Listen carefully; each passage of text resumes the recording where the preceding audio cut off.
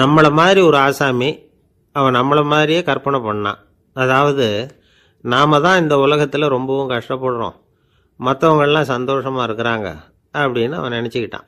அவன் ஒரு நாள் கடவுளை வேண்டிக்கிட்டானான், சுவாமி, இந்த உலகத்தில் எவ்வளவோ பேர் இருக்கிறாங்க, ஒவ்வொருத்தருக்கும் ஒவ்வொரு விதமான கஷ்டம் இருக்கலாம், ஒத்துக்கிறேன். இருந்தாலும் எனக்கு அது கொஞ்சம் அதிகமாக இருக்கிறது மாதிரி தெரியுது. அதனால் நீங்கள் எனக்காக ஒரு சின்ன உதவி செஞ்சால் போதும். அது வேற ஒன்றும் இல்லை, என்கிட்ட இருக்கிற துயரங்களை இன்னொருத்தர் யாருக்கிட்டையாவது கொடுத்துருங்க, அவர்கிட்ட இருக்கிற துயரங்களை என்கிட்ட மாற்றி கொடுத்துருங்க. ஒரு மியூச்சுவல் டிரான்ஸ்ஃபர், அவ்வளவுதான். அப்படி பண்ணிவிட்டா போதும் அப்படின்னு வேண்டிக்கிட்டானான். அன்னைக்கு ராத்திரியே அவன் ஒரு கனவு கண்டிருக்கான். வானத்திலேருந்து ஒரு குரல் கேட்டிருக்கு. அது என்ன சொல்லிச்சு தெரியுமா? ஏ ஜனங்களே, எல்லாரும் அவங்கவுங்க கஷ்டங்களை ஒரு பையில் போட்டு எடுத்துக்குங்க. அப்படி எடுத்துக்கிட்டு நேராக இந்த ஊர் எல்லையில் இருக்கிற கோயிலுக்கு வந்து சேருங்க அப்படின்னு அந்த குரல். ஆஹா, கடவுள் நம்ம பிரார்த்தனைக்கு செவி சாய்ச்சுட்டார் அப்படின்னு சந்தோஷப்பட்டான் இவன். உடனே என்ன பண்ணான்? தன்கிட்ட இருந்த கஷ்டத்தையெல்லாம் ஒரு சாக்கு பையில் போட்டு எடுத்துக்கிட்டான். வீட்டை விட்டு வெளியில் வந்தான். தெருவில் இறங்கி நடக்கிறான். அங்கே பார்த்தா ஏகப்பட்ட பேர் ஆளுக்கு ஒரு பையை தூக்கிக்கிட்டு கோயிலுக்கு போய்கிட்டு இருக்கிறாங்க. சில பேர் மூட்டையாக கட்டி தலையில் சுமந்துக்கிட்டு போய்கிட்டு இருக்கிறாங்க. இவன் பார்த்தான். இவனுக்கு ரொம்ப ஆச்சரியமாக இருந்தது. ஏன்னா எல்லாரும் வச்சிருக்கிற பை இவன் பையை விட பெருசாக இருந்தது. இவன் பை தான் இருக்கிறதுலே கொஞ்சம் சின்னதாக தெரிஞ்சுது. இப்போ அவன் மறுபடியும் சாமியை வேண்டிக்கிட்டான், கடவுளே, இப்போ உள்ள சூழ்நிலையை கவனிச்சா என்கிட்ட இருக்கிற பையே பரவாயில்லன்னு தோணுது. அதனால் வேற பை எதையும் மாற்ற வேணாம், இதுவே பரவாயில்ல, இந்த பையோடு திரும்பி வீட்டுக்கு போனால் போதும்னு நினைக்கிறேன் அப்படின்னு எதோ நினைக்க ஆரம்பிச்சுட்டான் அவன். எல்லாரும் கோயிலுக்கு போய் சேர்ந்தாங்க. கோயிலில் அந்த குரல் மறுபடியும் கேட்டுது. எல்லாரும் அவங்கவுங்க பைகளை சுகத்தில் தொங்க விடுங்க, திடீர்னு விளக்குகள் அணையும், மணி அடிக்கப்படும், அதுதான் அடையாளம். அந்த சமயத்தில் இருட்டில் உங்களுக்கு வேண்டிய பையை நீங்கள் மாற்றி எடுத்துக்கலாம், தேர்ந்தெடுத்துக்கலாம். வெளிச்சம் இருக்கிறப்பவே உங்களுக்கு பிடிச்ச பைக்கு பக்கமாக பார்த்து நீங்கள் நின்றுக்கலாம் அப்படின்னு சொல்லி விவரம் சொல்லிச்சான் அந்த குரல். அப்படி சொன்னதுக்கு அப்புறம் திடீர்னு விளக்கு அணைஞ்சுது, மணி அடிச்சுது. கொஞ்ச நேரம் கழித்து மறுபடியும் விளக்குகள்லாம் எரிஞ்சுது. இப்போ பார்த்தா எல்லாரும் அவங்கவுங்க பையையே கெட்டியாக பிடிச்சிக்கிட்டு நிற்கிறாங்க. இவனும் அப்படியே நிற்கிறான். இவன் மெதுவாக பக்கத்தில் நிற்கிறவங்ககிட்ட கேட்டானா, ஏன் நீங்கள் பையை கையிலேயே வச்சுருக்கிறீங்க, செவுத்தில் மாட்டலையா அப்படின்னு கேட்டிருக்கான். இல்லைப்பா, நீ ஏன் கையிலேயே வச்சுருக்கிறியோ அதே காரணத்துக்காக தான் நாங்களும் வச்சுருக்குறோம்.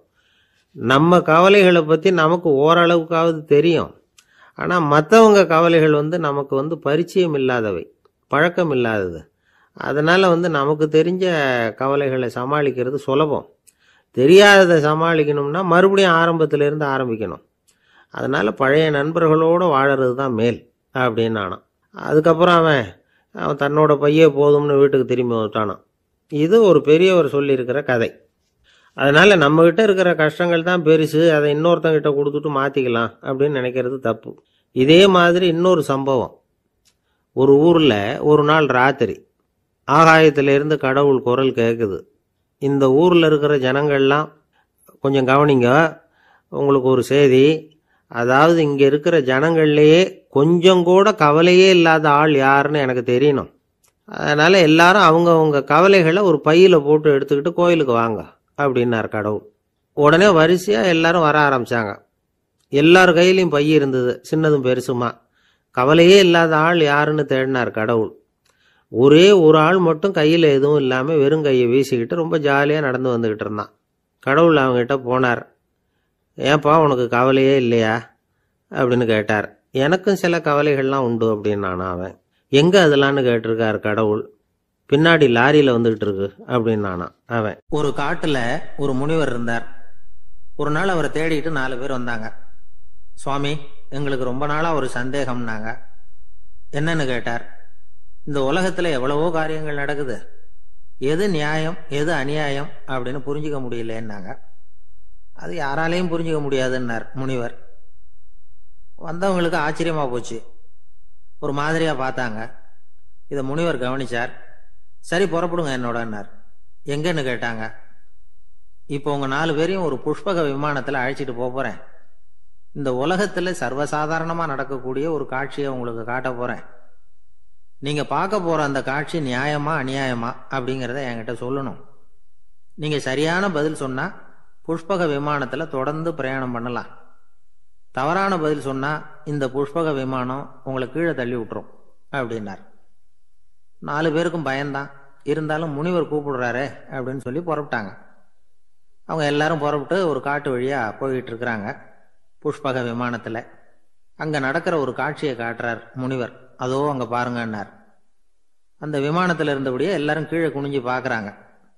அங்க ஒரு தாய் புலி அப்பதான் குட்டி போட்டிருக்கு. குட்டிகளை ஈன்ற உடனே பசிக்கு இறை தேடி அந்த பக்கமா வருது. அதே நேரம் ஒரு தாய் மான், அதுவும் அப்பதான் குட்டி போட்டிருக்கு. அதுவும் இதே மாதிரி குட்டிகளை ஈன்ற உடனே பசிக்கு இறை தேடி அந்த பக்கமா வருது. இப்ப அந்த புலி அந்த மானை அடிச்சு போட்டுடுது. அதுவும் சாப்பிடுது, குட்டிகளுக்கும் கொடுக்குது. இப்போ அந்த புலிக்குட்டிகள் முகத்துல மகிழ்ச்சி, தாயை இழந்த அந்த மான் குட்டிகள் முகத்துல துக்கம். இப்போ அந்த முனிவர் 4 பேர்கிட்டையும் கேட்கிறார், நீங்க இங்க பாத்தீங்களே, இதுல எது நியாயம் எது அநியாயம்? ஒவ்வொருத்தரா சொல்லுங்க. உங்க பதில் சரியில்லைன்னா இந்த விமானம் உங்களை கீழே தள்ளி விட்டுரும். சொல்லுங்க பார்க்கலாம்னார். முதல்ல ஒருத்தன் சொன்னான், அந்த புலி செஞ்சது சரிதாங்க. அது பசிக்கு அதுதான் ஆகாரம். தன்னுடைய பசிக்கு தானே இறை தேடிக்கிட்டுது. அதுல என்ன தப்பு? அவ்வளவுதான். அதனால புலி செஞ்சது நியாயம்தான் அப்படின்னா. அவ்வளவுதான், அந்த விமானம் அவனை அப்படியே கீழே தள்ளி விட்டுட்டுது. அதனால அவன் கொடுத்த பதில் சரியில்லை அப்படிங்கிறது புரிஞ்சு போச்சு. இப்ப 2வது ஆள் சொன்னான், புலி செஞ்சது பாவம், அந்த தாய்மான் என்ன தப்பு பண்ணிச்சு? இப்ப அந்த குட்டிகளுக்கு யாரு ஆதரவு? அதனால புலி செஞ்சது அநியாயம் அப்படின்னா. அவ்வளவுதான், அவனையும் கீழே தள்ளி விட்டுடுது அந்த விமானம். இந்த பதிலும் சரியில்லை அப்படின்னு ஆயிட்டுது. இப்போ 3வது ஆள் வந்தான். முதல்ல 2 பேர் கீழே விழுந்ததை பார்த்துக்கிட்டு இருந்தான். அதனால அவன் சொன்னான், ரெண்டுமே நியாயம்தாங்க. புலி இறை தேடினதும் இயற்கை, அதுக்கு மான் இறையானதும் இயற்கை. அதனால இதுல ஒன்றும் தப்பு இல்லைன்னா. அவ்வளவுதான், அவனையும் அந்த விமானம் கீழே பிடிச்சி தள்ளி விட்டுது. இப்ப 4வது ஆள் வந்தான். முனிவர் கேட்டார், நீயாவது சொல்லுப்பா, இந்த செயல்ல எது நியாயம்னார். அவன் தெளிவா பதில் சொன்னான். அதாவது என்ன சொன்னான்னா, எனக்கு தெரியல அப்படின்னா. அவனை விமானம் கீழே தள்ளல, சௌரியமா அழைச்சிட்டு போயிட்டுது. இவனும் பிரயாணம் சௌக்கியமா பண்ணானான். ஆக இதுதான் சரியான பதில்ங்கிறத முனிவர் உணர்த்தினார். இந்த கதையிலிருந்து நாம புரிஞ்சுக்க வேண்டியது என்னன்னா, இந்த உலகத்துல எவ்வளவோ காரியங்கள் நடக்குது. அதெல்லாம் ஏன் அப்படி நடக்குதுங்கிறதுக்கு எப்பேற்பட்ட பண்டிதராலும் பதில் சொல்ல முடியாது. தெரியாததை தெரியாதுன்னு ஒத்துக்கிட்டா வாழ்க்கை பிரயாணம் சுகமா இருக்கும். அதனால தேவையில்லாத விஷயங்களை புரிஞ்சுக்கிறதுக்கு நேரத்தை செலவு பண்ணிட்டு இருக்கக்கூடாது. வாழ்க்கையை குழப்பிக்க கூடாது. வாழ்க்கைக்கு தேவையானது என்னவோ அதை மட்டும் புரிஞ்சுக்கிட்டா போதும். இந்த காலத்து ஆள் ஒருத்தன் ஒரு பெரியவரை தேடி வந்தான். ஐயா, ஒரு சந்தேகம்னா. என்ன உன்னுடைய சந்தேகம்னார். பகுத்தறிவுன்னா என்ன, விதின்னா என்ன அப்படின்னு கேட்டான். இதுக்கு அவரு, இப்போ உன்னுடைய வலது கால தூக்குன்னார். தூக்கினான். சரி, இப்போ உன்னுடைய வலது காலை கீழே இறக்காம உன்னுடைய இடது காலையும் தூக்குன்னார். தூக்கினான். பொத்துன்னு கீழே விழுந்துட்டான். பெரியவர் சொன்னார், உன்னால ஒரு காலை தூக்க முடிஞ்சுது, அதுதான் பகுத்தறிவு. 2 கால்களையும் ஒரே சமயத்துல தூக்குனா அடிபடும், அப்படிங்கிறது தான் விதி அப்படின்னு விளக்கம் கொடுத்தார். இவன் தன்னுடைய விதியை நொந்துகிட்டே இடுப்பை பிடிச்சிக்கிட்டு அங்கிருந்து நடந்து போயிட்டான். ஒரு ஆளு வேகமா நடந்து போய்கிட்டு இருந்தான். அவன் வேகமா நடக்கிறதுக்கு காரணம் வெயில் காலம், காலில் செருப்பு இல்லை, மணல் பாதை, அதுதான் வேகம். காலில் செருப்பும் இல்லாம கையில குடையும் இல்லாம அந்த ஆளு வெயில்ல நடந்து போய்கிட்டு இருக்கிறான். அந்த சமயத்துல இன்னொருத்தன் குதிரை மேல ஏறி அந்த வழியா வந்துகிட்டு இருக்கிறான். அவன் காலில் செருப்பும் இருந்தது, கையில குடையும் இருந்தது. நடந்து போய்கிட்டு இருந்தவன் அந்த குதிரை ஆசாமியை பார்த்து கேட்டான், ஐயா, நீங்களும் குதிரை மேல உட்காந்துக்கிட்டு போய்கிட்டு இருக்கிறீங்க, அப்படி இருக்கிறப்போ உங்களுக்கு அந்த செருப்பு என்னத்துக்கு? அதை எனக்கு கொடுத்து உதவலாமே அப்படின்னா. குதிரை மேல உட்காந்துருந்தவன் யோசனை பண்ணி பார்த்தான். இவன் சொல்றது நியாயம்தானே அப்படின்னு சொல்லி தன்னுடைய செருப்பை கழட்டி அந்த வழிப்போக்கனுக்கு கொடுத்துட்டான். ரொம்ப நல்லதுங்க அப்படின்னு சொல்லி இவன் அதை வாங்கி காலில் மாட்டிக்கிட்டான். அதுக்கப்புறம் மறுபடியும் இவன் ஆரம்பிச்சான், ஐயா, நீங்க குதிரையில போறதுனால போக வேண்டிய இடத்துக்கு வேகமா போய் சேர்ந்துருவீங்க. அதனால உங்க கையில் அந்த குடை என்னத்துக்கு? நான் நடந்து போயிட்டு இருக்கிறவன், ரொம்ப நேரம் நடக்க வேண்டியிருக்கும் இந்த வெயிலில். அதனால் அந்த கொடையையும் எனக்கு கொடுங்களேன் அப்படின்னா. குதிரை வீரன் யோசனை பண்ணி பார்த்தான். இதுவும் நியாயம்தானே அப்படின்னு அவனுக்கு தோணுச்சு. உடனே இறக்கப்பட்டு தன் காலில் இருந்த செருப்பை கொடுத்தது மாதிரியே தன் கையில் இருந்த கொடையையும் இவங்கிட்ட கொடுத்துட்டான். அதுக்கப்புறம் அவன் நிம்மதியாக புறப்பட்டான். இப்போ மறுபடியும் கை தட்டி அவனை நிறுத்தினான். கீழே நின்றுட்டு இருந்தவன், என்னப்பா ஏன் என்னை நிறுத்தினேன், இன்னும் ஏதாவது வேணுமா உனக்கு அப்படின்னா குதிரையில் இருந்தவன். இவன் மெதுவாக வாயை திறந்து அந்த குதிரையையும் என்கிட்ட கொடுத்துருங்களேன்னா. அந்த குதிரை வீரன் இப்போ ஒரு கணம் யோசனை பண்ணி பார்த்தான். உடனே என்ன பண்ணான் தெரியுமா? தன்கிட்ட இருந்த குதிரை சவுக்கை எடுத்தான். குதிரை சவுக்கால அந்த ஆளை வாங்குன்னு வீசி தள்ளிவிட்டான். இவ்வளவு சவுக்கடியும் வாங்கிக்கிட்டு இந்த ஆள் என்ன பண்ணான் தெரியுமா? சிரிக்கிறான். அடி வாங்கிட்டு யாராவது சிரிப்பாங்களா? குதிரை வீரனுக்கு ஒன்றும் புரியல. என்னப்பா அது, ஏன் இப்படி அடி வாங்கிட்டு இப்படி சிரிக்கிறியே அப்படின்னு கேட்டான். இப்போ அந்த வழிப்போக்கன் சொல்கிறான், ஐயா நான் இப்படி சிரிக்கிறதுக்கு காரணம் இருக்கு. இப்படி குதிரை கேட்டு உங்ககிட்ட அடி வாங்கலைன்னு வச்சுக்கோங்க, என் உயிர் உள்ள வரைக்கும் மனசில் ஒரு தவிப்பு இருந்துக்கிட்டே இருக்கும். செருப்பையும் கொடையையும் கேட்ட உடனே கொடுத்தவன் குதிரையையும் கேட்டிருந்தா கொடுத்துருப்பானோ அப்படிங்கிற பேராசையில் ஏங்கிக்கிட்டே இருந்திருப்பேன். இப்போ உங்ககிட்ட அடி வாங்கின பிறகு என்னுடைய அந்த சந்தேகம் தீர்ந்து போச்சு. என்னுடைய ஆசைக்கு எல்லை எது அப்படிங்கிறத எனக்கு புரிஞ்சுட்டுது அப்படின்னு சொல்லிவிட்டு அவன் நடக்க ஆரம்பிச்சிட்டானான். ஆசைக்கும் எல்லை உண்டு அப்படிங்கிறத விளக்கறதுக்காக வாரியார் சுவாமிகள் சொல்கிற கதை இது. இந்த காலத்துலேயும் ஒருத்தன் அது மாதிரி கொடை செருப்போட குதிரையில் போய்கிட்டு இருந்தான். எதிரில் நடந்து வந்தவன், ஐயா உங்கள் கொடையை எனக்கு கொடுங்களேன்னு கேட்டான். உடனே அவன் குதிரையிலேருந்து கீழே குதிச்சு அவனை சாட்டையால் அடிக்க ஆரம்பிச்சிட்டான். இன்னொருத்தர் அந்த வழியாக வந்தவர் இதை பார்த்தார். ஏன்பா அவன் கேட்டான், உன்னால் முடியலன்னா இல்லைன்னு சொல்லிட வேண்டியது தானே, அதுக்காக ஏன் இப்படி அவனை போட்டு அடிக்கிறேன்னு கேட்டார். உங்களுக்கு விவரம் புரியாது சார், காலம் ரொம்ப கெட்டு போச்சு. கேட்டதை கொடுத்தேன்னு வச்சுக்கோங்க, இந்த குதிரையே என்னோடது, அவன் திருடிக்கிட்டு போகிறான் அப்படின்னு என் பேரில் புகார் கொடுக்க ஆரம்பிச்சிருவான் சார் அப்படின்னா. அது எப்படி அவ்வளோ உறுதியாக சொல்கிறேன்னு கேட்டார் அவர். ஏற்கனவே அது மாதிரி ஒருத்தன் பேரில் புகார் கொடுத்துட்டு தான் இந்த குதிரையை நான் தள்ளிட்டு வந்துக்கிட்டு இருக்கிறேன் அப்படி. ஒரு ஊரில் ஒரு பெரிய செல்வந்தர் இருந்தார். பணத்துக்கு பஞ்சம் இல்லை. அதனால் இந்த உலகத்தில் முடியாத காரியம் எதுவும் இல்லைன்னு நினச்சார். பணம் இருந்தாலே அந்த நினப்பு தானாக வந்துடும். அதனால் இவரும் அப்படி நினச்சதில் ஒன்றும் தப்பு இல்லை. அந்த ஊருக்கு குருநானக் ஒரு தடவை வந்தார். அவருக்கு இந்த செல்வந்தர் ரொம்ப பிரமாதமாக ஒரு வரவேற்பு கொடுத்தார். ஊர் எல்லையிலேயே எங்கள் வீட்டுக்கு வந்து விருந்து சாப்பிட்டுட்டு போகணும்னு கேட்டுக்கிட்டார். அவரும் சரின்னு ஒத்துக்கிட்டார். உடனே தன்னுடைய பங்களாவில் ஒரு பெரிய விருந்துக்கு ஏற்பாடு பண்ணார். குருநானக்கை அழைச்சிட்டு வீட்டுக்கு போனார், உட்கார வச்சார். ஐயா நான் இந்த ஊர்லேயே ரொம்ப பெரிய வசதி உள்ளவன், என்னால் எல்லாம் முடியும். உங்களுக்காக நான் என்ன செய்யணும்னு சொல்லுங்க, எதுவாக இருந்தாலும் பரவாயில்ல, எவ்வளவு செலவானாலும் பரவாயில்ல, என்னால் செய்ய முடியும். என்ன செய்யணும்னு சொல்லுங்க, அது போதும், நான் செய்கிறேன் அப்படின்னு நான் ரொம்ப பணிவா.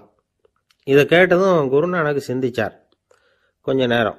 அதுக்கப்புறம் தன்னோட சட்டை பைக்குள்ளே கையை விட்டு ஒரு பழைய ஊசி ஒன்று எடுத்தார். அந்த செல்வந்தர்கிட்ட கொடுத்தார். இதை பாருங்க, இவ்வளவு தூரம் நீங்கள் கேட்கறதுனால சொல்கிறேன், எனக்கு நீங்கள் செய்ய வேண்டிய உதவி இதுதான்னார். ஊசியை கையில் வாங்கிக்கிட்டு இதை என்ன செய்யணும்னு சொல்லுங்க அப்படின்னார் அவர். நீங்கள் செய்ய வேண்டியது என்னென்னா, இந்த ஊசியை பத்திரமா வச்சிருக்கணும். நாம் 2 பேரும் இறந்து போனதுக்கு பின்னாடி இன்னொரு உலகத்தில் நாம் சந்திக்கக்கூடிய வாய்ப்பு இருக்குது. அப்போ இந்த ஊசியை என்கிட்ட கொண்டாந்து கொடுக்கணும். இதுதான் நீங்கள் எனக்காக செய்ய வேண்டிய உதவி அப்படின்னார் குருநானக் லேசாக சிரிச்சுக்கிட்டே. இதை கேட்ட உடனே இந்த பெரியவர் முழிக்க ஆரம்பிச்சிட்டார். அது எப்படிங்க, நான் சாகிறப்ப எப்படி இந்த ஊசியை எடுத்துக்கிட்டு இன்னொரு உலகத்துக்கு வர முடியும்னார். ஊசி மாதிரி ஒரு சின்ன பொருளை கூட இந்த உலகத்தை விட்டு நாம் போகிறப்ப எடுத்துகிட்டு போக முடியாதுங்கிறப்போ உங்களோட செல்வத்தையெல்லாம் எப்படி அங்கே எடுத்துகிட்டு வர போகிறீங்க அப்படின்னு கேட்டார் குருநானக். அதுக்கப்புறம் தான் அந்த பெரியவர் யோசிக்க ஆரம்பித்தாராம். குருநானக் சொல்கிறார், இதை பாருங்க, நாம் செய்கிற நல்லது கெட்டது தான் கடைசி வரைக்கும் நம்ம கூட இருக்கும். அடுத்தவங்க நல்லா இருக்கணுங்கிறதுக்காக பொருளை செலவு செய்யணும். அப்படி செய்யலைன்னா எந்த பிரயோஜனமும் இல்லை அப்படின்னார். அதுக்கப்புறம் தான் அந்த செல்வந்தரின் அறிவு கண் திறந்து தான். உடனே குருநானக்கை வணங்கினார். ஐயா என்கிட்ட இருந்த ஆணவம் போயிட்டுது, இனிமேல் என்கிட்ட இருக்கிற செல்வத்தை நல்ல வழியில் செலவழிப்பேன் அப்படின்னாராம். நம்மக்கிட்ட இருக்கிற பணம் எப்பவும் நம்ம கூடவே வந்துக்கிட்டு இருக்காதுங்கிறதுக்கு இது ஒரு உதாரணம்.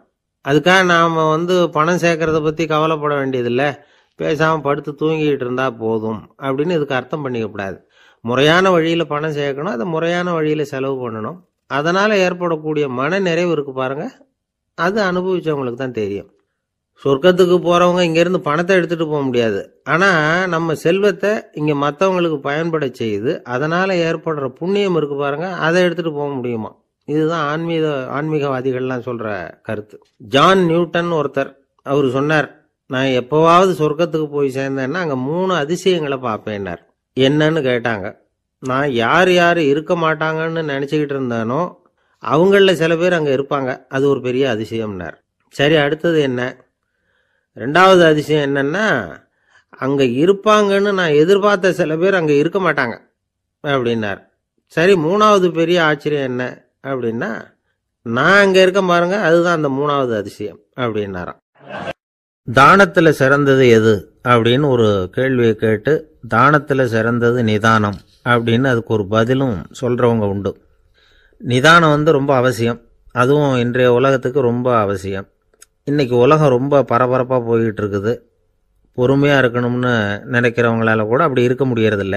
பொறுமையை சோதிக்கிறது மாதிரி பல சம்பவங்கள், அதையெல்லாம் சந்திச்சே தீர வேண்டியிருக்குது. எங்கே போனாலும் க்யூவில் நிற்க வேண்டியிருக்குது, எங்கே போனாலும் காத்துக்கிட்டு இருக்க வேண்டியிருக்கு. ஆஃபீஸ்லேயோ வீட்லேயோ கூட நீங்கள் நிதானமாக பொறுமையாக நடந்துக்க தெரியலன்னா உங்களுக்கு சிடுமூஞ்சி, முசுடு இப்படிலாம் பேர் வச்சுருவாங்க. அது உங்களுக்கு தேவையா?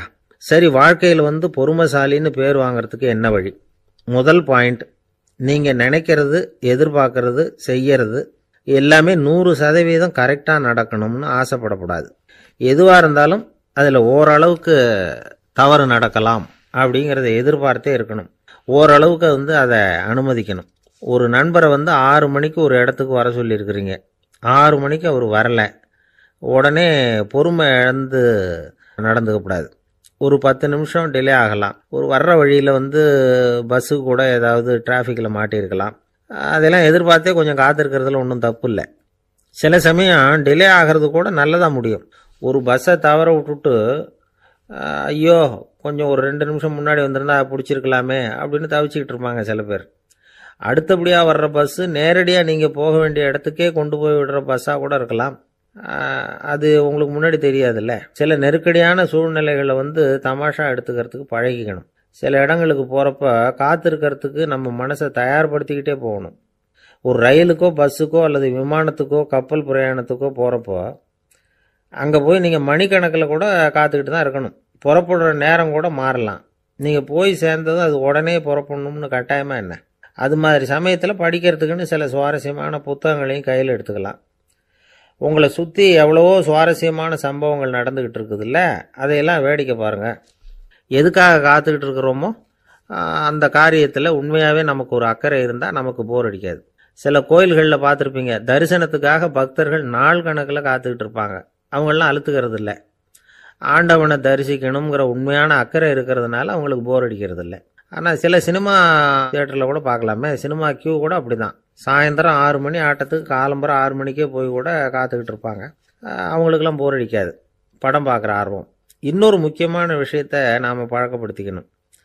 லிவ் ஃபார் தி மூமெண்ட் அப்படிங்கிறாங்க நிபுணர்கள். ரொம்ப பேர் எப்படின்னா, அடுத்தபடியாக நடக்க போகிற விஷயத்திலேயே கவனமாக இருப்பாங்க. அந்த நினைப்புலேயே இந்த நிமிஷத்தை பொறுமை இல்லாமல் கழிப்பாங்க. ஒருத்தர் இருக்கார், அவர் எப்படின்னா, ஆஃபீஸ் முடியறதுக்குள்ளேயே சார் 5 மணிக்கெல்லாம் ரெடியாக இருங்க, நாம் அந்த ஹோட்டலில் போய் டிஃபன் சாப்பிட்ணும் அப்படின்னு 4 மணிலேருந்து சொல்லிகிட்டு இருப்பார். 4:55க்கே பரபரப்பாக ஓடி வருவார். 2 பேரும் புறப்படுவோம், ஹோட்டலுக்கு போவோம், சாப்பிட்டுக்கிட்டு இருப்போம். அப்படி சாப்பிட்டுட்டு இருக்கிறப்ப, சார் சாப்பிட்டு முடித்ததும் நேராக ஒரு ஜவுளி கடைக்கு போகிறோம் அப்படிம்பார். பரபரக்க சாப்பிட்டு முடிப்பார், புறப்படுவார். ஜவுளி கடையில் அவசரமாக சீக்கிரம் பில் போடுங்க சார், சினிமாவுக்கு நேரம் ஆகிடும்பார்.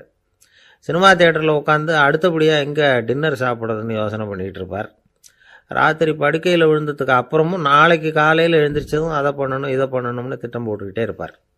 அதாவது எப்பவும் அடுத்த நிமிஷம், அடுத்த நாள், அடுத்த வாரம், அடுத்த வருஷம், இதுதான் அவங்க சிந்தனை.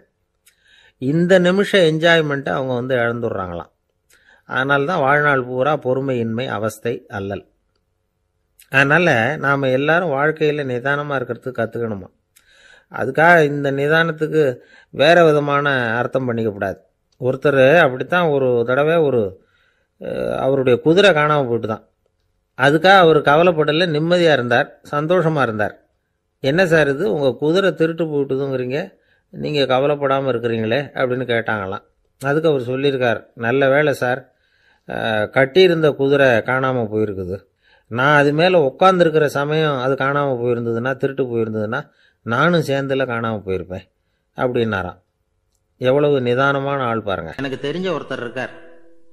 அவர் ஒரு பெரிய காவல்துறை அதிகாரி, ரொம்ப கண்டிப்பானவர். அவரை கண்டாவே எல்லாரும் பயப்படுவாங்க.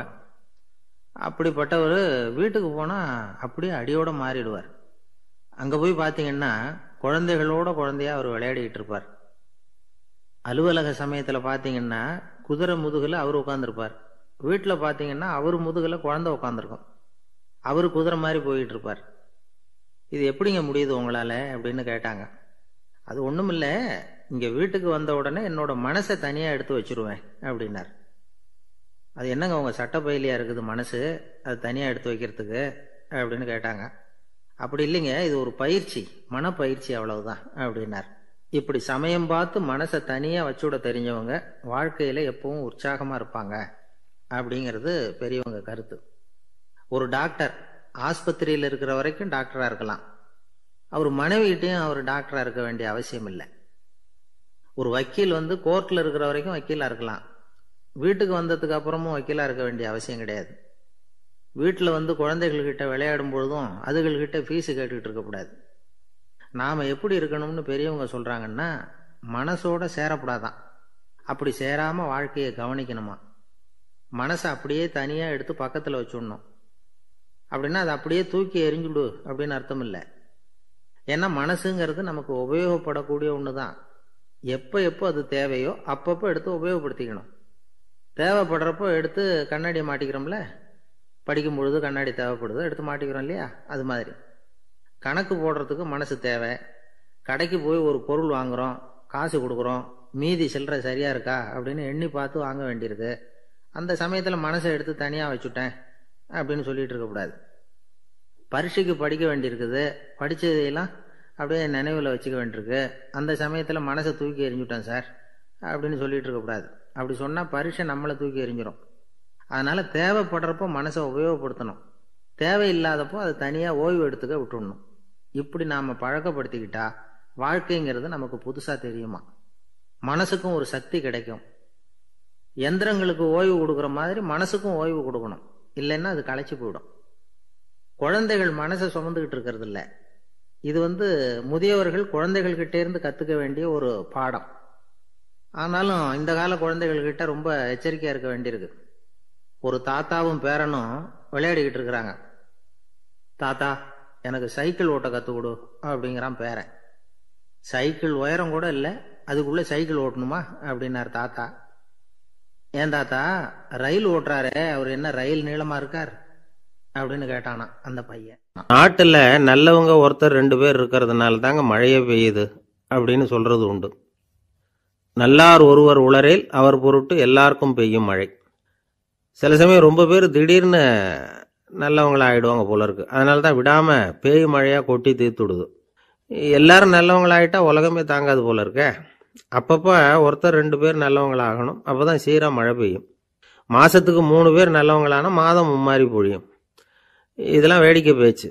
இப்போ இதெல்லாம் ஒரு பக்கம் இருக்கட்டும், இப்போ விஷயத்துக்கு வருவோம்.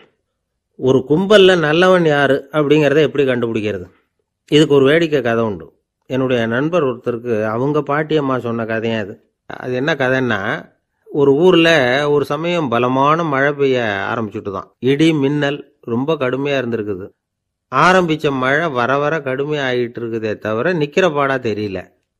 ஊர் ஜனங்கள்லாம் பார்த்தாங்க. இதுக்கு மேலேயும் வீட்டு உள்ள இருந்தால் ஆபத்துங்கிறத புரிஞ்சுக்கிட்டாங்க. ஏன்னா வீடெல்லாம் இடிஞ்சு விழுந்துருமோங்கிற பயம். உடனே எல்லாரும் புறப்பட்டு ஊருக்கு பொதுவாக இருந்த ஒரு மண்டபத்தில் போய் தங்கிக்கிட்டாங்க. மின்னல் கடுமையாக இருந்தது, இடி எந்த நேரத்துலையும் விழலாம்ங்கிற நிலைமை, எப்போ விழலாம்னு பார்த்துக்கிட்டு இருக்குது. அந்த மண்டபத்தில் இருந்த ஜனங்கள் மனசுக்குள்ள ஒரு பயம். நம்ம கூட்டத்தில் யாராவது ஒரு கெட்டவன் பாவம் பண்ணவன் இருந்தால் கூட இடி இந்த மண்டபத்தில் விழுந்துரும், அது எல்லாருக்கும் ஆபத்து அப்படின்னு நினச்சாங்க. சரி, இதுக்கு என்ன பண்ணலாம் அப்படின்னு யோசனை பண்ணாங்க. அந்த கூட்டத்தில் ஒரு பெரியவர் இருந்தார். அவர் ஒரு யோசனை சொன்னார். இதை பாருங்க, அதுக்கு ஒரு வழி இருக்கு. அதோ எதிர்த்தாப்புல கொஞ்சம் தூரத்தில் ஒரு உயரமாக மரம் ஒன்று இருக்குது பாருங்க. பொதுவாக இடி வந்து சுலபமாக விழறது அது மாதிரி உயரமான மரத்தில் தான். நம்ம கூட்டத்தில் இருக்கிறவங்க எல்லாரும் ஒவ்வொருத்தராக போய் அந்த மரத்தை தொட்டு விட்டு திரும்பி வந்துடணும். நம்மள பாவம் பண்ணவன் யாரோ அவன் அந்த மரத்தை தொடுற சமயத்தில் இடி விழுந்துடும். அவன் மட்டும் போயிடுவான். மண்டபத்தில் இருக்கிற நாமெல்லாம் பொழைச்சிக்கலாம் அப்படின்னு ஐடியா கொடுத்தாரு அந்த பெரியவர். இது நல்ல யோசனையாக பட்டது. எல்லாரும் ஒத்துக்கிட்டாங்க. ஒவ்வொருத்தராக போய் அந்த மரத்தை தொட்டு விட்டு திரும்பி வந்தாங்க. இடி எதுவும் விழலை. இன்னமும் பாவம் பண்ண ஆசாமி அதை போய் தொடலை போல இருக்கு அப்படின்னு நினச்சிக்கிட்டாங்க. ஒவ்வொருத்தராக போகிறாங்க. எல்லாரும் போய் தொட்டு விட்டு வந்தாச்சு. இன்னும் ஒரே ஒரு ஆசாமி தான் பாக்கி. கடைசியாக இருந்த அந்த ஆள் பயந்துட்டான். இது வரைக்கும் இடி விழலைன்னா இப்போ என்ன அர்த்தம்? இப்போ நாம தான் பாக்கி, நாம தான் தப்பு பண்ண ஆள் போல இருக்கு அப்படின்னு நினச்சிட்டான். அதனால் துணிச்சலாக போய் தொடுறதுக்கு பயந்தான். தயங்கிக்கிட்டே இருந்தான். இருந்தாலும் மற்றவங்கள்லாம் சும்மா இருப்பாங்களா? கட்டாயப்படுத்தி கழுத்தை பிடிச்சி தள்ளாத குறையா அவனை தள்ளி விட்டாங்க. போய் தொட்டுட்டு வாடான்னு. அவன் நடுங்கிக்கிட்டே போய் அந்த மரத்தை தொட்டான். அதே வினாடி ஒரு பயங்கரமான மின்னல் இடி விழுந்துட்டுது. எங்கே விழுந்தது தெரியுமா? அந்த ஆள் மேலே இல்லை, மண்டபத்தில் விழுந்தது. மண்டபத்தில் இருந்தவங்க பூரா காலி. அந்த ஒரு ஆள் மட்டும் பொழைச்சிக்கிட்டான். இந்த ஒரு ஆளை காப்பாற்றுறதுக்காக தான் இடி வந்து மண்டபத்தில் விழாமல் இருந்திருக்குது. இதுதான் கதை. அதனால் நல்லவங்க எப்படியும் தப்பிச்சுக்குவாங்க அப்படிங்கிறது ஒரு நீதி. ஒருத்தன் அப்படி தான் தெருவில் நடந்து போய்கிட்டு இருந்தான். ரொம்ப நல்லவன். எதிரில் ஒருத்தன் சைக்கிளில் வந்துக்கிட்டு இருந்தான். அதில் மோதி இவன் கீழே விழுந்துட்டான். சைக்கிள்காரன் உடனே இறங்கி இவனை தூக்கி விட்டான். இவன் எழுந்திரிச்சு அவனை முறைச்சி பார்த்தான். அப்படி பார்க்காதீங்க சார், நீங்கள் ரொம்ப புண்ணியம் பண்ணியிருக்கீங்க, அதுதான் இப்போ வந்து சைக்கிளில் மோதிக்கிட்டீங்க அப்படின்றான். என்ன அப்படி சொல்கிறேன் நான்? இவன் 10 நிமிஷத்துக்கு முன்னாடி நான் லாரி ஓட்டிகிட்டு வந்தேன், அப்போ நீங்கள் எதிரில் வந்திருந்தீங்கன்னா என்ன ஆயிருக்கும் அப்படின்னானா அவன். ஊரில் ஒரு மன்னர் இருந்தார். அழகான அரண்மனையில் அவர் இருந்தார். அந்த அரண்மனையை விட அழகாக ஒரு மாளிகையை அந்த ஊர்லேயே வேற ஒருத்தன் கட்டியிருந்தான்.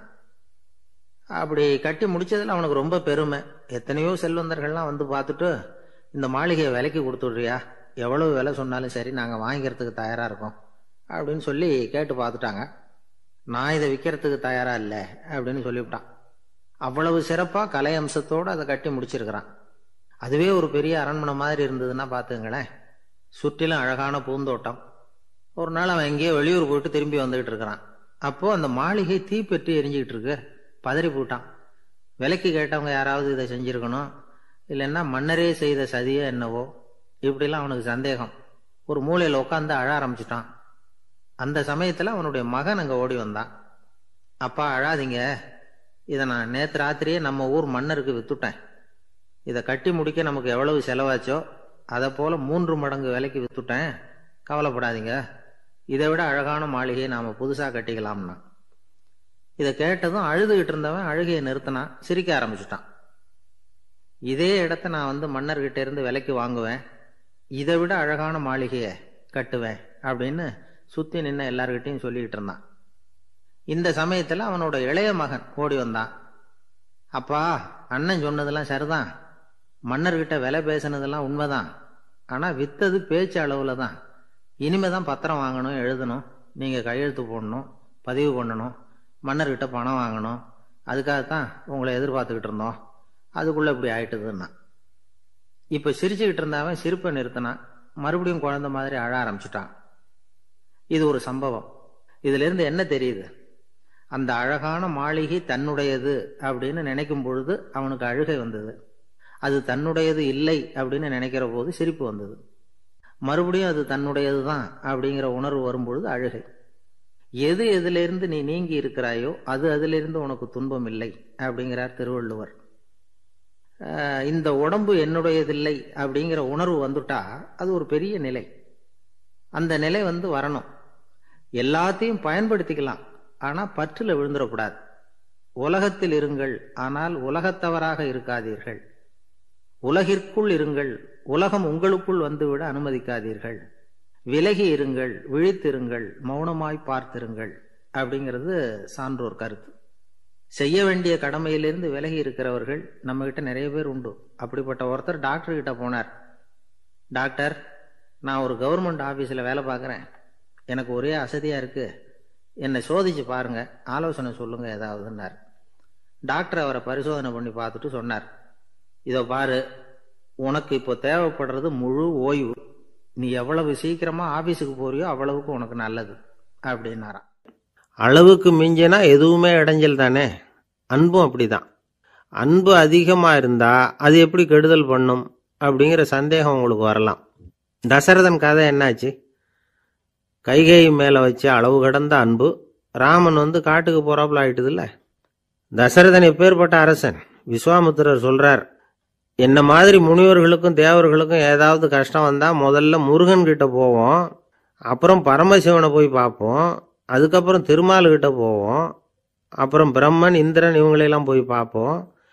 இவங்களாலையெல்லாம் முடியலன்னா கடைசியில் அயோத்திக்கு வருவோங்கிறார். உன்னை விட்டால் வேற கதி உண்டோ அப்படின்னு தசரதனை பார்த்து விஸ்வாமித்திரரே சொல்றார். அப்பேற்பட்ட அரசன் தசரதன் கைகேயி காலில் விழறான்.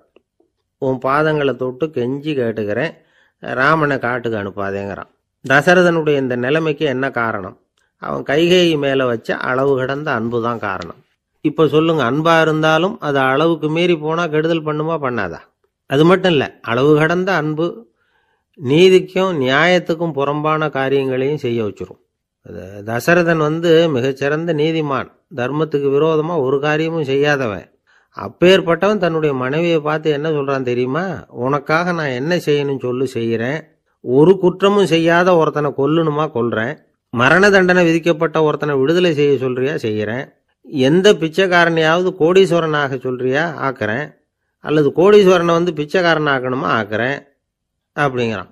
நீதிக்கு விரோதமான இந்த பாவங்களை செய்யறதுக்கு அப்பேற்பட்ட அரசன் எப்படி துணிஞ்சான்? மனைவி பேரில் வச்ச அளவு கடந்த அன்பு தான் காரணம். திரிசூலம், வஜ்ராயுதம், வாள் இதுகளால் தாக்கப்பட்டா கூட அதையெல்லாம் கொஞ்சம் கூட லட்சியம் பண்ணாத ஒருத்தன் காமதேவனுடைய மலர் அம்புகள் தாக்குனா அதை அவனால் தாக்கு பிடிக்க முடியல, விழுந்துடுறான். காமதேவனுக்குள்ள மகிமையே அதுதாங்கிறார் துளசிதாசர். அதனால தான் பெரியவங்கள்லாம் என்ன சொல்கிறாங்கன்னா, எதையும் அளவுக்கு மீறி செய்யாதேங்கிறாங்க. அப்பா, அம்மா, மனைவி, மக்கள் எல்லார் பேர்லேயும் அன்பு அவசியம்தான். ஆனால் அந்த அன்பு அறிவுக்கு புறம்பாக இருக்கக்கூடாது, அளவுக்கு மீறி இருக்கக்கூடாது. அப்போ தான் வாழ்க்கை சுகமாக இருக்கும். இல்லைன்னா அவஸ்தை தான். அளவுக்கு மீறின அன்புங்கிறது புரியுது, அது சரி. அறிவுக்கு புறம்பான அன்புங்கிறது எப்படி? ஒரு தாய்க்கு ஜலதோஷம் அல்லது ஏதோ ஒரு தொற்று நோயின்னு வச்சுங்களேன். அந்த அம்மாவுக்கு தன்னுடைய குழந்தை பேரில் அளவு கடந்த அன்பு. தனக்கு நோய் இருக்குது, அது அடுத்தவங்களுக்கு தொற்றக்கூடியது அப்படின்னு தெரிஞ்சிருந்தோம் அன்பை காட்டுறதுக்காக அந்த குழந்தைக்கு முத்தம் கொடுக்குறேன்னு தூக்கி வச்சுக்கிட்டு கொஞ்சம் ஆரம்பிச்சதுன்னு வச்சுக்கோங்க, அது நல்லா இருக்குமா? இதுதான் அறிவுக்கு புறம்பான அன்புங்கிறது. அது மாதிரி விலங்குகள்கிட்ட அன்பாயிருன்னு சொல்கிறோம். அதுக்காக புலிக்கு முத்தம் கொடுக்க முடியுமா? அப்படி கொடுத்தா அது அறிவுக்கு புறம்பான அன்பு. அதனால் அன்பு கூட அறிவுபூர்வமாக இருக்கணும் அப்படிங்கிறத இன்றைக்கி தகவல் மூலமாக நாம் புரிஞ்சுக்கணும். இந்த காலத்து காதலன் தன்னுடைய காதலிகிட்ட சொன்னானாம், இதை பாரு, உன் பேரில் எனக்கு அளவு கடந்த அன்பு, உனக்காக என்ன செய்யணும் சொல்லு செய்கிறேன், நெருப்பில் நடக்கணுமா நடக்கிறேன், நீரில் குதிக்கணுமா குதிக்கிறேன், உயிரையே கொடுக்கணுமா கொடுக்குறேன் அப்படின்னா. சரி, வர்ற ஞாயிற்றுக்கிழமை சாயந்தரம் 6 மணிக்கு இதே இடத்துக்கு வாங்க அப்படின்னுது அந்த பொண்ணு. இவன் கொஞ்சம் யோசனை பண்ணி பார்த்துட்டு, அன்னைக்கு மழை பெய்யாமல் இருந்தால் வந்துடுறேன் அப்படின்னானா. ஒரு ஊரில் ஒரு ஆள் இருந்தான், தையல் கடை வச்சுருந்தான். அவங்கிட்ட ஒருத்தன் ஒரு சட்டை துணி எடுத்து கொடுத்து தைக்க சொல்லியிருந்தான். வர்ற சனிக்கிழமை வா, வாங்கிட்டு போ அப்படின்னு அவன் சொல்லியிருந்தான். அதே மாதிரி இவன் வந்தான். அவன் தச்சு வச்சிருந்த சட்டையை கொடுத்தான். இவன் வாங்கி அங்கேயே போட்டு பார்த்தான். கை நீளம் ஒன்றுக்கு ஒன்று வித்தியாசமாக இருந்தது. வலது கை இடது பக்கத்தை விட நீளம் குறைச்சலாக இருந்தது. அவன் முணுமுணுக்க ஆரம்பிச்சுட்டான், என்ன இது இப்படி தைச்சுட்டியேன்னு. இதுக்கு அவன் சொன்னான், ஐயையோ இதுக்காகவா சங்கடப்படுறீங்க, வலது கையை மட்டும் கொஞ்சம் உள்ளே இழுத்தாப்புல வச்சுக்கிட்டிங்கன்னா சரியாக போகுது, மற்றபடி அந்த சட்டையில் உள்ள கலை அம்சத்தை கவனிங்க, எவ்வளோ அற்புதமாக தைச்சிருக்கேன் பாருங்கள், ஒரு சின்ன குறையை இப்படிலாம் பொருட்படுத்த வேண்டியதில்லை, நான் சொன்னது மாதிரி கையை கொஞ்சம் உள்ளே இழுத்தது மாதிரி வச்சுக்கிட்டு நடந்து போங்க, ஜோராக இருக்கும் அப்படின்னா. அவனும் யோசித்து பார்த்தான். சரியான யோசனையாக தான் தோணுச்சு. கொஞ்சம் முயற்சி பண்ணி வலது கையை கொஞ்சம் உள்ளே இழுத்து சட்டை சரியாக இருக்கிறது மாதிரி பண்ணிக்கிட்டான். இப்போ மறுபடியும் ஒரு பிரச்சனை. வலது கையை உள்ளே இழுத்த மாதிரி அப்படியே வச்சுக்கிட்டதும் முதுகு பக்கம் கொஞ்சம் துணி தளர்த்தியாக தொங்குறது மாதிரி தெரிஞ்சுது. என்ன இது, முதுகு பக்கம் துணி குவிஞ்சுட்டுதே தொங்குதே அப்படின்னா மறுபடியும், அடடா இதுக்காகவா கவலைப்படுறீங்க, உடம்பு அதுக்கு தகுந்த மாதிரி கொஞ்சம் வளைச்சிக்கிட்டா சரியாக போடுது, இதுக்காக அந்த அழகான தையலை பிரித்து அதில் உள்ள கலை அம்சத்தை கெடுக்கிறதுக்கு என் மனசு இடம் தரல, எவ்வளவுக்கு தளர்த்தியாக இருக்கோ அவ்வளவுக்கு கொஞ்சம் உடம்ப வளைச்சி அப்படி குனிஞ்சது மாதிரி போங்க போதும் அப்படின்னா. அதுவும் நல்ல யோசனையாக தான் பட்டுது இவனுக்கு. சரின்னு சொல்லிவிட்டு புறப்பட்டான். தெருவில் இறங்கினான். கையை கொஞ்சம் உள்ளே இழுத்தான். உடம்ப கொஞ்சம் முன்னால் வளைச்சான். சட்டைக்கு தகுந்த மாதிரி உடம்ப பண்ணிக்கிட்டான். மெதுவாக நடந்து போகிறான். இப்போ எதிரில் இன்னொருத்தன் வரான். இவனை பார்க்குறான். இவன் போட்டிருக்கிற சட்டையை பார்க்குறான். ஆஹா அற்புதம்ங்கிறான். சும்மா சொல்லக்கூடாது, ரொம்ப நல்லா இருக்குது. நிச்சயமாக இது இந்த ஊர் மேலே தெருவில் இருக்கிற ஒருத்தன் இருக்கானே, அவன் தைச்சதாக தான் இருக்கணும் அப்படின்னா. இதை கேட்டதும் அவனுக்கு ஆச்சரியம். எப்படி அவ்வளவு கரெக்டாக கண்டுபிடிச்சிங்க அப்படின்னு கேட்டிருக்கான். இதுக்கு அந்த வழிபோக்கன்னு சொன்னானா, அவன் ரொம்ப கெட்டிக்காரன். உங்களை மாதிரி உடம்பும் கையும் வளைஞ்சு போன ஒரு ஆசாமிக்கு அவனை தவிர வேற யாராலேயும் இவ்வளவு பொருத்தமான ஒரு சட்டையை தைக்க முடியாது அப்படின்னானா. பாருங்க, அவனுக்காக இவன் அனுசரிக்க போய் இவனோட நிலைமை எப்படி ஆயிட்டுது பாருங்க. இதே மாதிரி தான் சில சடங்குகளும் சம்பிரதாயங்களும் நம்மளை கோமாளி ஆக்கி விட்டுரும். எதுவாக இருந்தாலும் அதில் அறிவுபூர்வமான அணுகுமுறை அவசியம். ஒரு நர்ஸ் அவசரமாக ஓடி டாக்டர்கிட்ட சொல்லிச்சான், டாக்டர் ஒரு தப்பு நடந்து போச்சு. 10ஆம் நம்பர் பெட்டில் இருக்கிற பேஷண்ட்டுக்கு காலில் ஆப்ரேஷன் பண்ணுறதுக்கு பதிலாக கையில் ஆப்ரேஷன் பண்ணி விட்டீங்க. கை ஆப்ரேஷன் பண்ணிக்க வேண்டிய ஆள் 7ஆம் நம்பர் பெட்டில் இருக்கார் அப்படின்னு தான். அதுக்கு இவர் பதட்டப்படாமல் சொன்னாராம், பரவாயில்ல, இவரை தூக்கி 7ஆம் நம்பர் பெட்டில் போட்டுரு அப்படின்னாராம். இன்பம் துன்பம் இது ரெண்டும் சேர்ந்தது தான் வாழ்க்கை. இது எல்லாரும் சொல்லிகிட்டு இருக்கிற ஒரு உண்மை. அது சரி, இது ரெண்டும் வர்றதுக்கு என்ன காரணம்? துறவி ஒருத்தர் யோசிச்சு பார்த்துருக்கார். இன்ப துன்பம் தோன்றுவதற்கு முக்கியமாக 6 காரணங்கள் உண்டு அப்படிங்கிறார் அவர். அது என்னங்கிறத நாமளும் தெரிஞ்சு வச்சுக்குவோமே. இப்போ முதல் காரணம் சுயநலம். ஒரு தாயார் தன்னுடைய சுயநலம் கருதி தன்னுடைய மகன் இன்பமாக இருக்கணும்னு ஆசைப்படுறாங்க. மகனும் அப்படியே ஆசைப்படுறான். அதனால் தாயாரின் இன்ப துன்பங்களை பார்த்துட்டு மகனும் இன்ப துன்பம் அடையிறான். அந்த அம்மாவுக்கும் அதே நிலைமை தான். 2வது காரணம் உறவு. நான் துறவியான பிறகு கூட உறவுங்கிற காரணத்தினால தான் தாயாருடைய சுக துக்கங்களை கண்டு நானும் சுக துக்கம் அடைகிறேன். என் தாயாருடைய நிலைமையும் இதுதான் அப்படிங்கிறார் ஒரு துறவி. 3வது காரணம் என்னன்னா அறிமுகம். எனக்கு அறிமுகமான ஒருத்தரை ரயில் நிலையத்தில் சந்திக்கிறேன். அவர் தன்னுடைய பணப்பையை எங்கேயோ தொலைச்சிவிட்டு வருத்தப்பட்டு இருக்கிறார். நானும் வருத்தப்படுறேன். அந்த சமயத்தில் யாரோ ஒருத்தர் இதுதானே அவங்க பணப்பை அப்படின்னு சொல்லி கொண்டாந்து நீட்டுறார். பணப்பையை தொலைச்சவர் சந்தோஷப்படுறார். நானும் சந்தோஷப்படுறேன். இது அந்த துறவி சொல்கிற அனுபவம். 4வது காரணம் என்னன்னா கருணை. எனக்கு முன்னே பின்னே தெரியாத ஒருத்தனை யாரோ ஒருத்தன் அடித்து காயப்படுத்தி போடுறான். கருணை காரணமாக நான் அதுக்காக துக்கப்படுறேன். 5வது காரணம் எதையும் நம்புறது. ஒரு பசுமாட்டை ஒரு முரணை அடிச்சுக்கிட்டு இருக்கிறான் அப்படின்னு ஒருத்தர் நம்மகிட்ட சொல்கிறாருன்னு வைங்க, உடனே நான் துக்கப்படுறேன். இன்னொருத்தர் அந்த முரணனை போலீஸ்காரங்க பிடிச்சிட்டு போயிட்டாங்கன்னு சொல்லி சொல்கிறார். நான் உடனே சந்தோஷப்படுறேன். 3வதா ஒருத்தர் முதல் 2 பேரும் சொன்னது பொய்யுங்கிறார். அப்போ நான் இன்ப துன்பம் ரெண்டுமே இல்லாமல் நிம்மதியாக இருக்கிறேன். இது ஒரு விதம். அடுத்தது 6வது காரணம் என்னன்னா தன்மயமாகுதல். ஒரு நாவல் படிச்சுக்கிட்டு இருக்கிறோம். அதில் வர்ற பாத்திரங்களோட நாம் ஒன்றி போயிடுறோம். அதில் வர்ற பாத்திரங்கள் சிரிச்சுதுன்னா நாமளும் சிரிக்கிறோம், அது அழுதுன்னா நாமளும் அழறோம். அதெல்லாம் அந்த துறவி சொல்கிற அனுபவ உண்மைகள். இன்ப துன்பம் இது ரெண்டும் தோன்றுவதற்கு சுயநலம், உறவு, அறிமுகம், கருணை, எதையும் நம்புறது, தன்மயமாகிறது, இது எல்லாம் தான் முக்கிய காரணம் அப்படின்னு அவர் சொல்கிறார். ஆகக்கூடி ஒட்டு மொத்தமாக யோசனை பண்ணி பார்த்தா பிற பொருள்கள் மீது பற்றுதல் காரணமாக தான் நாம் இன்ப துன்பம் அடையிறோம் அப்படிங்கிறத புரிஞ்சிக்க முடியுது.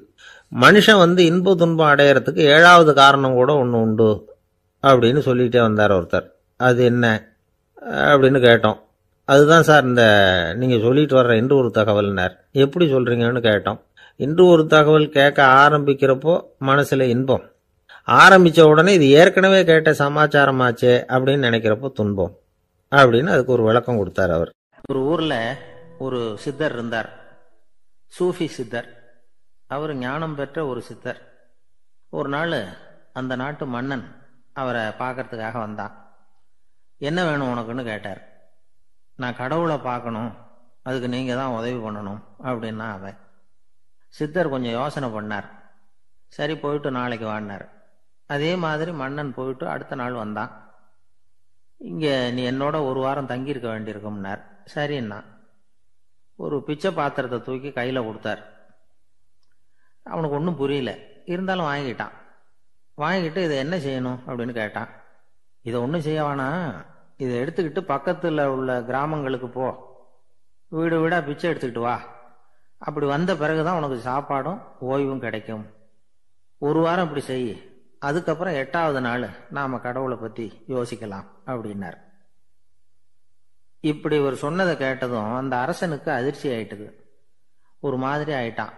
தன்னுடைய சொந்த நாட்டில் சொந்த குடிமக்கள் கிட்ட போய் பிச்சை எடுக்கிறதா அப்படின்னு யோசனை பண்ணி பார்த்தான். அதுக்கப்புறம் மெதுவா அவன் அந்த சித்தரை பார்த்தான். ஐயா, சொந்த நாட்டிலேயே பிச்சை எடுக்கிறதுன்னா எனக்கு ஒரு மாதிரியா இருக்கு, வெக்கமா இருக்கு. நான் வேணும்னா வெளி தேசத்துல எங்கேயாவது போய் பிச்சை எடுக்கவா அப்படின்னு கேட்டான். இதுக்கு அந்த சித்தர் ஒரு சம்மதிக்கலை. இதோ பாரு, உன்னால பிச்சை எடுக்க முடியலன்னா பேசாம திரும்பி அரண்மனைக்கே போயிடு, அதுக்கப்புறம் கடவுளை பத்தி எல்லாம் பேசுறதுக்கு என்னை தேடிட்டு வரக்கூடாது அப்படின்னு விட்டார். மன்னன் தயங்கினான், இருந்தாலும் மனசை சரி பண்ணிட்டு சம்மதிச்சான். சரிங்க, ஒரு வாரம் இங்க தங்குறேன், நீங்க சொல்றது மாதிரி பக்கத்து கிராமங்களுக்கு போறேன், வீடு வீடா பிச்சை எடுக்கிறேன், வர்றேன் அப்படின்னா. ஒரு வாரம் தெரு தெருவா பிச்சை பாத்திரத்தோட அலைஞ்சான். சொந்த ஊர்ல சொந்த குடிமக்கள் கிட்ட பிச்சை எடுத்தான். 7 நாள் முடிஞ்சது. 8வது நாள் அந்த சித்தர் மன்னனை கூப்பிட்டார். இப்படி வாழ்னார். வந்தான். இனிமே நீ கடவுளை பத்தி என்கிட்ட கேட்கலாம்னார். இனிமே கேட்கறதுக்கு ஒண்ணுமே இல்லை சுவாமின்னா இவன். ஒரு வார காலம் பிச்சை எடுத்த பிறகுதான் கடவுளை காண முடியும் அப்படின்னு நான் கனவு கூட காணவில்லைன்னா. அப்படின்னா நீ பிச்சை எடுத்த காலத்துல அப்படி என்னதான் நடந்தது அப்படின்னு கேட்டார் அவரு. சுவாமி, ஒரு வார காலம் பிச்சை எடுத்ததுல என்னுடைய ஆணவம் அழிஞ்சுட்டுது. அது இப்போ இருக்கிற இடமே தெரியல. இப்ப அதை காணவே காணோம். பிச்சைக்காரனா இருந்தப்போ பெற்றதை மன்னனாக இருக்கும்போது பெற முடியாதுங்கிறத புரிஞ்சுக்கிட்டேன் அப்படின்னா மன்னன். அடக்கம் பிறந்தவுடன் தெய்வீக கதவுகள் திறந்து கொள்ளுகின்றன அப்படிங்கிறார் ஓஷோ. நம்மால் ஒருத்தன் ஆணவம் அழியணுங்கிறதுக்காக ஒரு திருவோட்டை எடுத்துக்கிட்டு தெரு தெருவா பிச்சை எடுக்க ஆரம்பிச்சான். என்ன, தெய்வீக கதவுகள் திறந்துதா அப்படின்னு கேட்டார் ஒருத்தர். தெய்வீக கதவு திறக்கிறதுக்கு முன்னாடியே எங்க வீட்டு கதவு சாத்திக்கிட்டுதுன்னா. என்னடா சொல்றேன்னார்.